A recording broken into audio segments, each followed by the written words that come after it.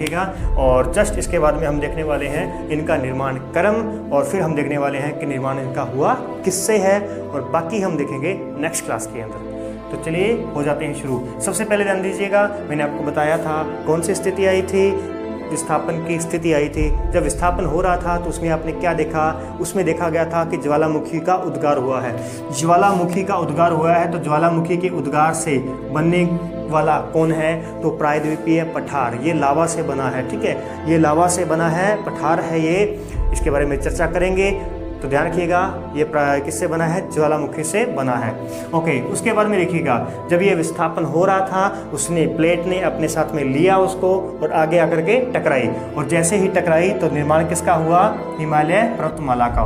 तो 2 नंबर पे बनने वाली जो भौतिक आकृति है हमारी वो कौन सी है, हिमालय पर्वतमाला है।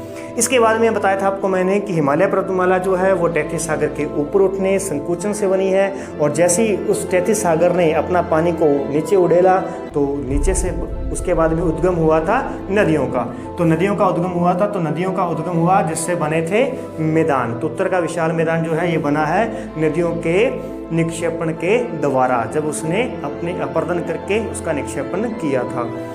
और उसके बाद में देखा था हमने कि समुद्री लहरों ने अपना जाल बिछाना शुरू कर दिया था। समुद्री लहरों ने अपना जाल बिछाना शुरू कर दिया, समुद्र आए, समुद्र की लहरें आई, तट को जहाँ तक अपर्दन कर सकती थी उन्होंने अपर्दन किया, तो वो क्षेत्र हमारा कहलाया तटीय प्रदेश। और इसी समय बने थे द्वीपीय प्रदेश भी।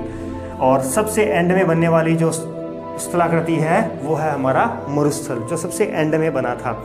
यहाँ पर भी मरुस्थल पर भी, इस क्षेत्र में भी क्या हुआ है, इस क्षेत्र पर भी उस टैथिस सागर का पानी ही आया है जो अपने साथ में मिट्टी का अपर्दन करके लेके आया था, और उस मिट्टी को इस क्षेत्र में छोड़ करके पानी आगे चला गया, और उसके बाद में फिर कभी कोई नदी यहाँ पे आई नहीं, जिस वजह से मरुस्थल बन गया। और हमने ज्वालामुखी में देखा ही था कि जलवायु में हमने देखा ही था कि इस क्षेत्र में बरसात नहीं होती, इसी वजह से ये आज मरुस्थल के रूप में देखने। टैथिस सागर के अवशेष के रूप में हमें मिलेगा कौन, तो हमें मिलेगा यहाँ पे सांबर झील, डीडवाना झील, पंचभद्रा झील, जो कि खारे पानी की झीलें हैं। क्लियर। तो ये अब आप समझ चुके हैं कि इन सब का निर्माण कब हुआ, मतलब किस क्रम में हुआ। और लास्ट में जल्दी से देख लेते हैं कि निर्माण किनके द्वारा हुआ है, किनके द्वारा। तो जल्दी से बताएं, प्रायद्वीपीय पठार कैसे बना, तो ज्वालामुखी से बना। हिमालय कैसे बना, टैथिस सागर से बना इसका। और उसके बाद में नदियाँ ये किसके द्वारा बना है, नदियों द्वारा। और मरुस्थल कैसे, ये कैसे बना है, समुद्री लहरों द्वारा। और ये भी जो बना है ये भी बना है किसके द्वारा, टैथिस सागर के द्वारा। यहाँ पे इसका निर्माण हो जाता है।